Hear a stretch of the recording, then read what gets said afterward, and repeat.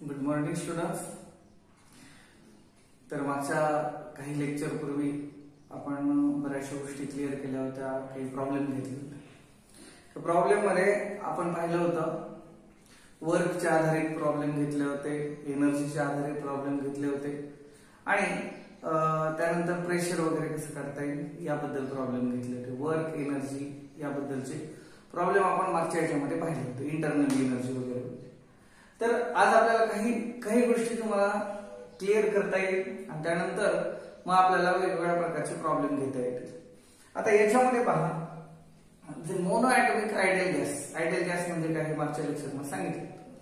तर mono atomic ideal gas म्हणजे काय हे लक्षात घ्या. मोनो ॲटॉमिक म्हणजे ज्याच्यामध्ये ज्या मॉलिक्युल्स मध्ये जो मॉलिक्युल्स ओनली वन ॲटमने बनलेला आहे, जो मॉलिक्युल्स मध्ये एकच ॲटम आहे अशांना म्हणलं जातं मोनो ॲटॉमिक मॉलिक्युल्स. आणि ते मोनो ॲटॉमिक मॉलिक्युल्स जे असतात आणि ते मोनो ॲटॉमिक मॉलिक्युल्स जे असतात त्यांच्यामध्ये डिग्री ऑफ फ्रीडमची व्हॅल्यू जी असते ती डिग्री ऑफ फ्रीडमची व्हॅल्यू किती असते? 3 असते. तर डिग्री ऑफ फ्रीडमची जी व्हॅल्यू आहे ती 3 कधी असते हे 11च्या लेक्चर मध्ये तुम्हाला कळेल. 11 मधले जे लेसन आहे त्यामध्ये डिग्री ऑफ फ्रीडम काय असते हे समजेल. नाही तर केमिस्ट्री मध्ये थर्मोडायनामिक्स तुम्हाला लेसन येईल तर त्याच्यामध्ये ब्रीफली तुम्हाला डिग्री ऑफ फ्रीडम त्याच्यामध्ये पण क्लिअर केलं जाईल. त्याला इथे लक्ष द्या, degree of freedom for monoatomic ideal gas. Monoatomic ideal gas for degree of freedom is equal to F equal to 3. F equal to किती? 3. तर degree of freedom. Okay. For a diatomic ideal gas. Diatomic म्हणजे ज्याच्यामध्ये 2 atoms असतात molecules मध्ये, तर त्याला म्हणलं जातं डायॲटॉमिक आयडियल गॅस. त्याचा डिग्री ऑफ फ्रीडम किती आहे? तर 5. The degree of freedom will be there 5. 5 degree of freedom is there. Okay. Then polyatomic ideal gas. पुढचा कन्सेप्ट येतो polyatomic ideal gas. त्याच्यामध्ये 2 पेक्षा जास्त ॲटम्स असतात एखाद्या मॉलिक्युल्स मध्ये. असे असणारे गॅसेस जे आहेत तर त्यांना म्हणलं जातं पॉलीएटॉमिक आयडियल गॅस. जसं की Na2, CH4, SO2 हे काय झाले?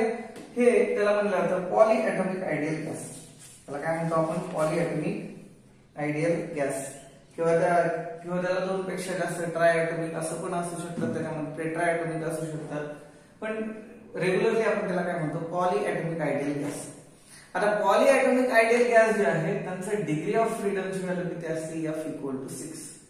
F equal to 6. ह्या व्हॅल्यू काय करतात? प्रॉब्लेम मध्ये दिलेले असतात किंवा आपण काय करायचं? लर्न ठेवायचं. ते काय करायचं? आपण लर्न ठेवायचं. आता आपल्याला त्या लर्न ठेवून पुढे आपल्याला इथे प्रॉब्लेम मध्ये त्या व्हॅल्यूचा वापर करावा लागणार आहे. त्यामुळे त्या थोड्याशा लर्न ठेवायच्या दिलेलं पण असतात कधी कधी प्रॉब्लेम मध्ये असो. आता पुढे काही फॉर्म्युले देतो तुम्हाला. W equal to P delta B. P delta B when P is constant. When P is constant, when P will be pressure, V will be a volume. Okay.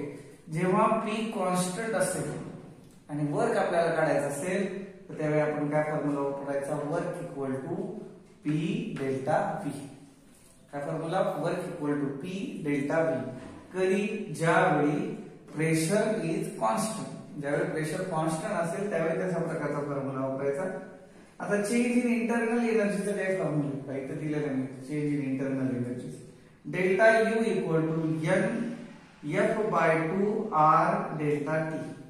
आता N means what? Number of moles. N means what? Number of moles. F means of degree of freedom. पहा इथे दिलेले. आता number of moles आपल्याला given मध्ये दिलेले असतात. F value जर मोनो ॲटॉमिक गॅस असेल तर मग F ची व्हॅल्यू 3 घ्यायची. डायॲटॉमिक गॅस असेल तर F ची व्हॅल्यू काय घ्यायची? 5 घ्यायची. आणि जर डायपेक्षा जास्त असेल, मोर दॅन 2 ॲटम असेल तर मग त्यावेळी काय घ्यायची? Degree of freedom will be 6. Okay. R means what?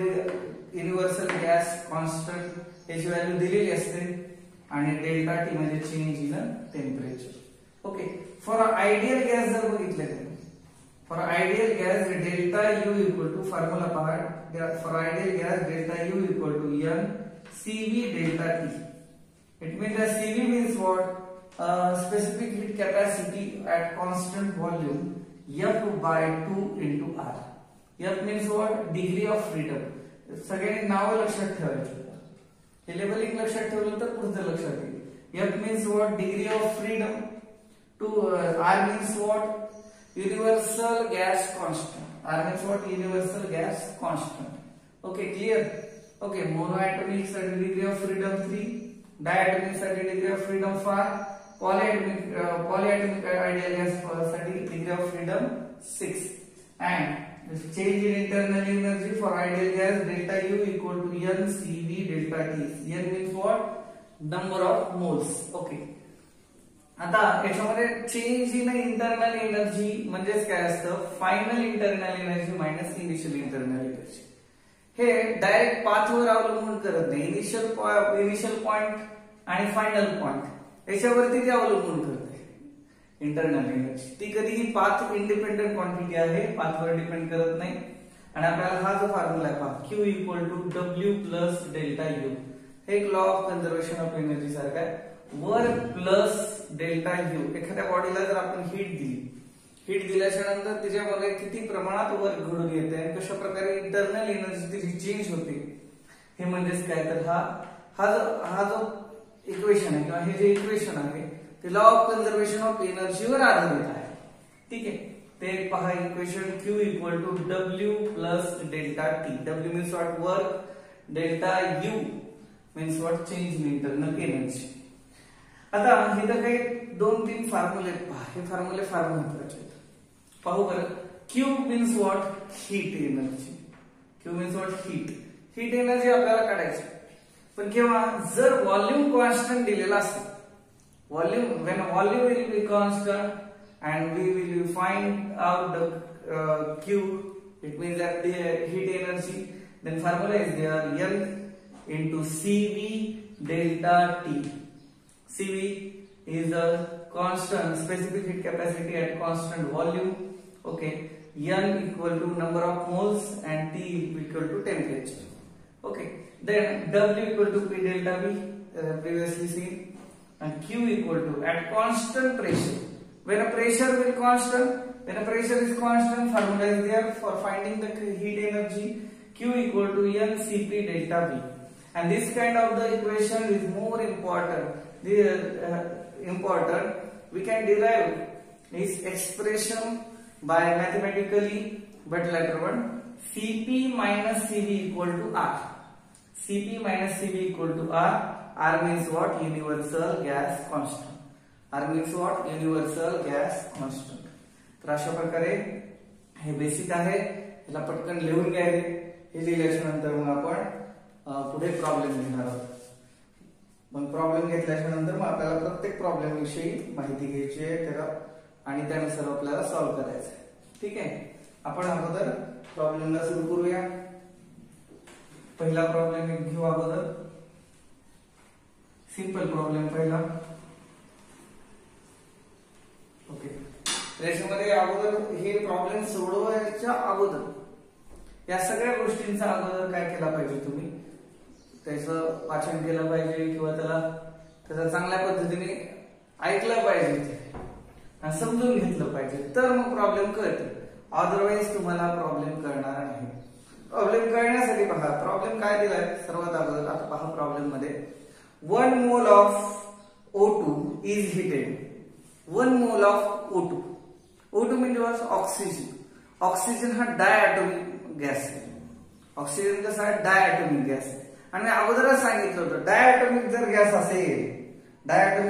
असेल तर त्याचं डिग्री ऑफ फ्रीडम किती असतो? डायॲटॉमिक गॅस असेल तर डिग्री ऑफ फ्रीडम किती असतो? 5. मोनोॲटॉमिक असेल तर त्याचं किती असतो? 3. डिग्री ऑफ फ्रीडम इथे मिळेल. आपल्याला प्रॉब्लेम काय दिलाय? 1 mole of O2 is heated 25 degrees Celsius to 125 degrees Celsius at constant volume and calculate heat change in internal energy and work. Okay, आपण आता प्रॉब्लेम लिहून काढूया. तर मी प्रॉब्लेम अगोदर लिहितो. फर्स्ट प्रॉब्लेम 1 मोल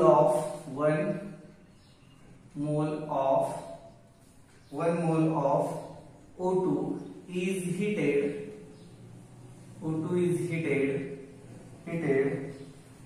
at 25 degrees Celsius to 125 degrees Celsius at a constant volume. At constant volume, calculate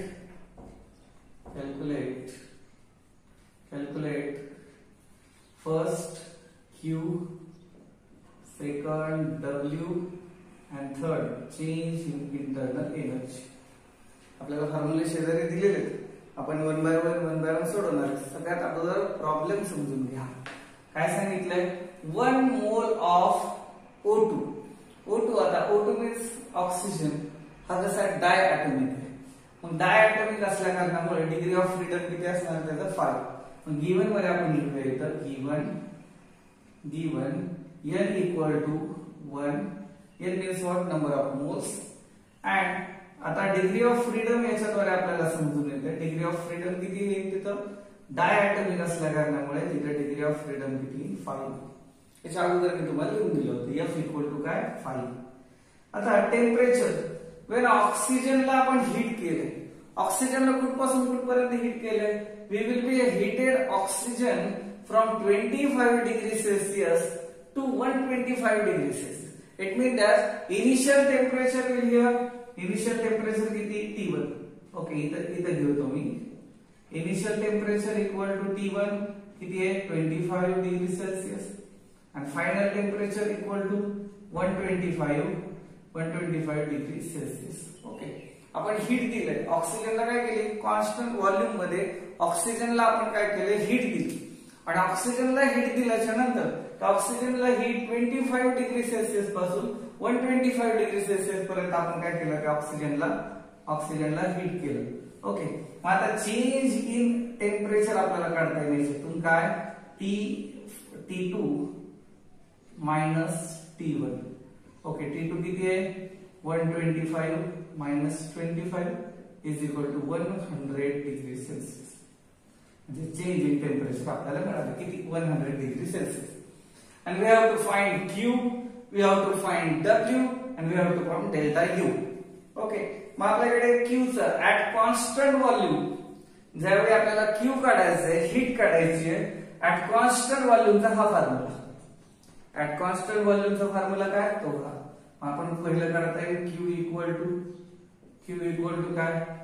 NCV delta T. NCV delta V. आता CV काढण्याचा फॉर्म्युला मी आता सांगितलं होतं. CV equal to F by 2 into R. आणि given मध्ये आपल्याला R ची व्हॅल्यू किती दिली? 2. गिवन मध्ये R ची व्हॅल्यू आपल्याला दिलेली 2. युनिव्हर्सल गॅस कॉन्स्टंट त्यांनी काय दिले? 2 कॅलरी वगैरे बरंच आहे. ओके, तर ते युनिट आहे. चला आपण व्हॅल्यू ठेवून देऊ. इथे काय करता येईल? इथं NCV इथं खाली लिहितो अगोदर. N इंटू CV किती? F upon 2 into R into delta T. Okay, because CV equal to F upon 2 R. F upon 2 R equal to CV. Okay, आपण पाठीमागेच त्याचा फॉर्म्युला बघितला होता. CV equal to F by 2 into R. ठीक आहे, आता सोडवायला हरकत नाही. सोडूया. आता n किती दिलंय सांगा बरं? n equal to 1. F how much? F 5 divide by 2. R ची व्हॅल्यू दिलेली, युनिव्हर्सल गॅस कॉन्स्टंट दिलेलं त्यांनी किती? 2. आणि डेल्टा T आपण इथे काढलेलं किती? 100. पूर्ण कॅल्क्युलेशन करायचं. 2 गेट कॅन्सल. हे 2 काय होईल? कॅन्सल होईल. 5 multiply by 100 equal to 500 calorie. आपण आता याला काय होतंय? याच्यामध्ये हीट काय दिली आपण? त्या ऑक्सिजनला हीट दिलेली. ऑक्सिजन हीट घेतोय म्हणून इथं ऑक्सिजन इथं काय असणार आहे? पॉझिटिव्ह असणार आहे. इथं काय असणार आहे? पॉझिटिव्ह असणार आहे. केव्हा हीट पॉझिटिव्ह केव्हा निगेटिव्ह मागच्या लेक्चर मध्ये तुम्ही पाहू शकता. Okay, then next we have to find delta U. आपण काय करू आता? डेल्टा यू काढूया. डेल्टा यू अगोदर काढू, नंतर डब्ल्यू काढू, कारण डब्ल्यू काढण्याच्या फॉर्म्युला मध्ये डेल्टा यू आहे. डेल्टा यू काढण्याचा फॉर्म्युला सेम आहे. NCV delta T, NCV delta T. Same त्याच पद्धतीने आपल्याला इथं पण ते सेम फॉर्म्युला सेम असल्या कारणामुळे येणार उत्तर देखील काय सेम इन 500 आणि ते पण कसं असणार आहे प्लस असणार आहे कॅलरी.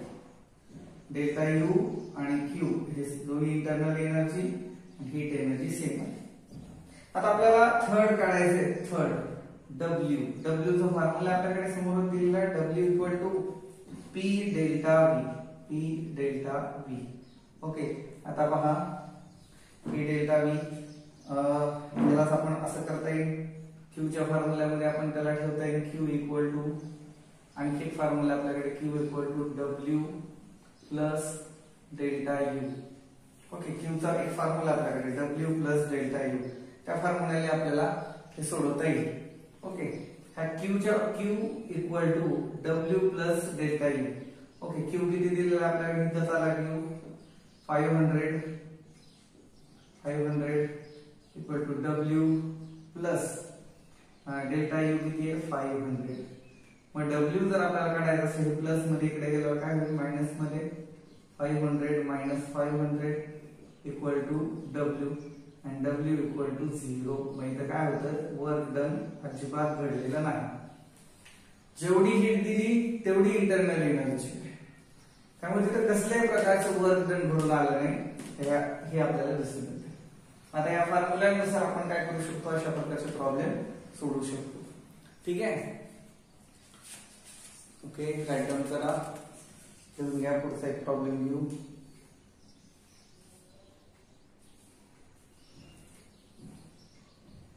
ठीक आहे, झालं.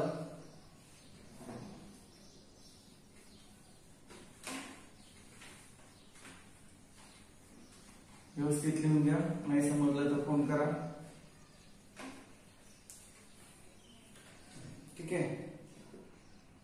नेक्स्ट पुढचा प्रॉब्लेम आहे 1 मोल ऑफ हेलियम. पुढचा प्रॉब्लेम काय 1 mole of helium is heated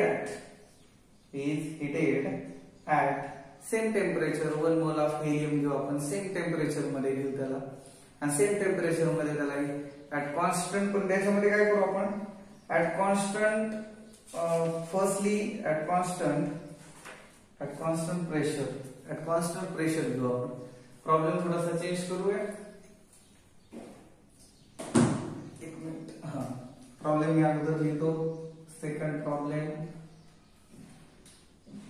when 1 mole of helium is heated when 1 mole of helium is heated at 25 degrees Celsius to 125 degrees Celsius at constant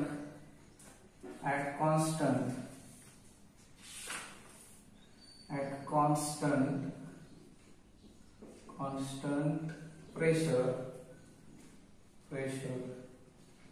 at constant pressure calculate test first Q, second delta U and third W.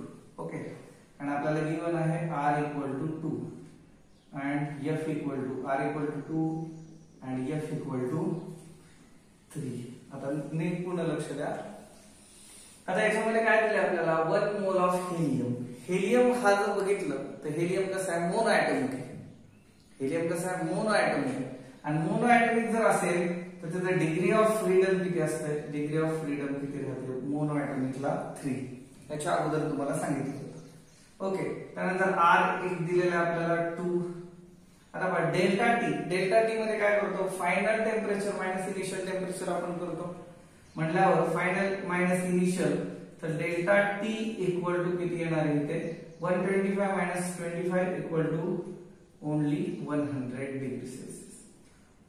Degree Celsius and we have to find Q delta U W. Okay, मग आपण सर्वात अगोदर first आपण Q काढूया. तर आता याच्या अगोदर कॉन्स्टंट व्हॉल्यूम होतं त्यावेळी आपण इथं CV घेतलं होतं.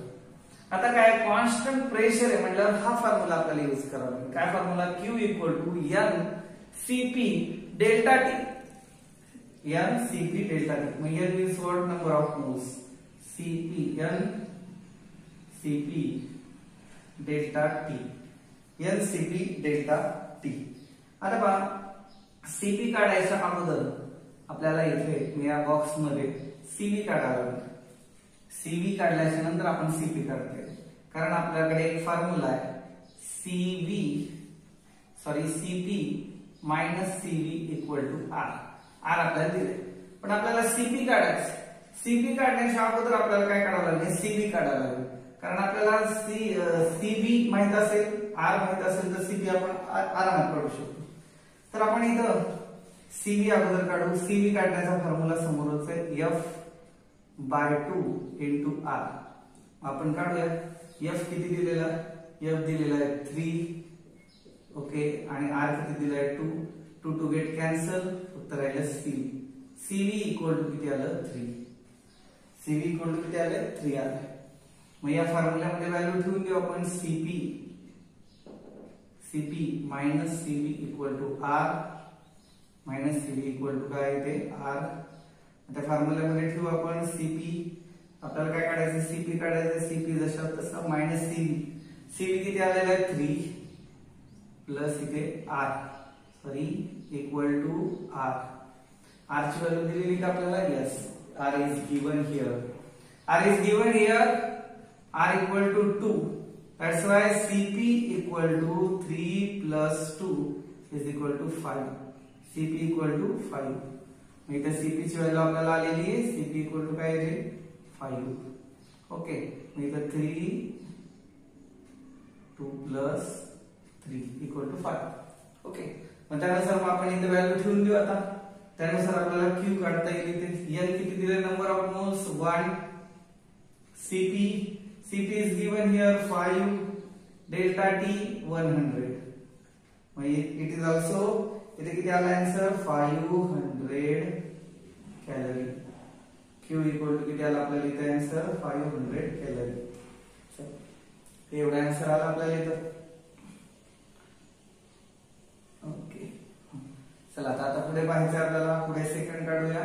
डेल्टा यू काढू. आताच फॉर्म्युला बघितला होता. Delta U equal to N CV delta T. N किती दिलाय? 1. सीव्ही आपण इथंच काढला 3. डेल्टा टी किती आहे? 100. डेल्टा टी किती दिलेला आहे? 100 दिलेला आहे. 1 पहा इथे सगळे दिलेलं आहे. एकदम बारकाईने बघितलं तर तुम्हाला लक्षात येईल. 1 multiplied by 3 multiplied by 100 equal to. Let's see here another type of problem. 0.5 mole of helium. 0.5 mole of helium is heated at 27 degrees Celsius to 327 degrees Celsius at constant pressure. At constant pressure, calculate Q, W and delta U. Okay, मागच्या सगळ्यात problem आहे, पण याच्यामध्ये at constant pressure दिले. आता याच्यामध्ये आणखी एक दिले, नंबर ऑफ मोल्स दिले 0.5. तुम्हाला माहिती आहे हेलियम हा कसा आहे? Monoatomic molecules. मोनोएटॉमिक आहे. तो मोनोएटॉमिक असल्यामुळे डिग्री ऑफ फ्रीडम किती? F equal to 3. आणि आता डेल्टा टी मध्ये आपण बघितलं होतं. डेल्टा टी इक्वल टू काय असतं? T2 minus T1. Final temperature minus initial temperature. Final temperature is given to 327 minus 27 is equal to 200 degrees Celsius. Okay, and we have to calculate heat, work and internal energy. We have to calculate heat, work and internal energy. Okay, so let's see here. First we shall see about the Q at constant pressure. At constant pressure हा formula use करतो आपण. Q equal to N CP delta T. N CP delta P. आणि आपल्याला माहिती आहे का, आपण पाहिलं होतं मागच्याच प्रॉब्लेम मध्ये बघितलं होतं, आपल्याकडे CP ची व्हॅल्यू माहित नाही आपल्याला, आणि CP ची व्हॅल्यू काढण्यासाठी आपण काय करतो?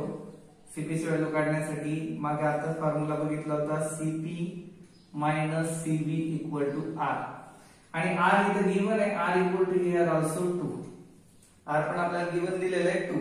त्यानुसार आपण सीपी ची व्हॅल्यू अगोदर काढून घेऊ. सीपी ची व्हॅल्यू काढण्यासाठी आपल्याला सीबी ची व्हॅल्यू काढावी लागते, and CV we have to calculate CV by the formula CV equal to F upon 2 into R. F upon 2 into R. Then we see here CV equal to F upon 2 into R. F degree of freedom for monoatomic 3 by 2 into R into 2. 2 get cancelled. CV equal to 3. CV equal to 3. Okay. It means that CP minus CV equal to 3. And R equal to also 2. Then we have to find then value of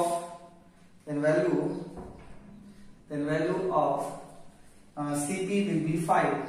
Okay, this minus 3 ज्यावेळी shift होतं इकडे plus 3 होईल, म्हणजे CP equal to काय येईल ते 3 plus 2 equal to 5. CP equal to काय असणार आहे 5. ठीक आहे. मग आपल्याला सीबी माहित झालं, सीपी माहित झालं, दोन्ही माहिती व्हॅल्यू, तर आपण प्रॉब्लेम काय करू शकतो, इथे सोडू शकतो. इकडे n इक्वल टू काय येते 0.5, सीपी इक्वल टू आताच काढला आपण 5, आणि delta T equal to 200. Multiplication केलं व्यवस्थित तर याचा आन्सर आपल्याला येऊन जाईल इथे 0.55. ह्या 0 ने हा गेला कॅन्सल, 5 दुने 10, ते दोन्ही मिळून किती होतील 500 calorie. 500 calorie. Q equal to 500 calorie. Okay. मग त्यानंतर सेकंड आपण काढायचं, सेकंड डेल्टा U. आपल्याला माहिती आहे डेल्टा U चा formula n CV delta T. n माहिती आपल्याला किती, n 0.5, CV इक्वल टू 3, आणि delta T equal to 200 is equal to काय येते पहा बरं, काही हे दोन्ही मल्टिप्लिकेशन केल्याच्या नंतर 3 दुणे 6, आणि हे परत हे. ओके, हे बरोबर 300. ओके, 300, आणि मग delta U equal to 300 calorie.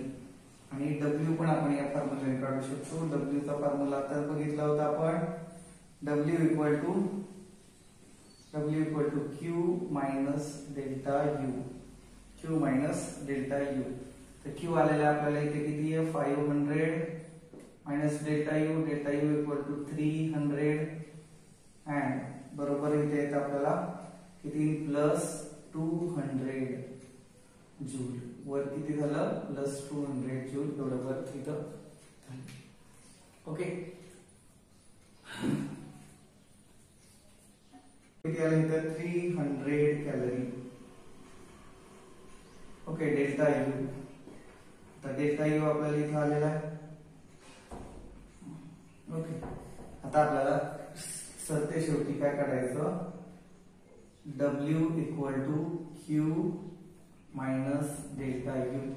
आपल्याला W काढायचा आहे. हा फॉर्म्युला कसा तयार केला पाहिजे होता, पण त्या फॉर्म्युल्यावरून हा फॉर्म्युला तयार केला, मागच्या प्रॉब्लेम मध्ये बघितलं होतं. W इक्वल टू Q मायनस डेल्टा U. ओके, Q किती दिलेला आपल्याला 500, डेल्टा U इथं काढला आपण किती minus 300 equal to 200 joule. Okay, वर किती आलंय 200 जूल, वर्क इथं झालं. ठीक आहे. अशा प्रकारे हा फॉर्म्युला, हा प्रॉब्लेम आहे. ताबडतोब परत एकदा लक्ष द्या. when 1 mole of helium is heated, when 1 mole of helium is heated at 25 degrees Celsius to 125 degrees Celsius at a constant pressure, calculate Q, delta U and W. Calculate Q, delta U and W, आणि त्यानुसार मग आपण हे पूर्ण calculation केलेलं आहे. तर आता तुम्ही पुढचा प्रॉब्लेम देखील सोडवू शकता. ठीक आहे, राईट डाऊन करा.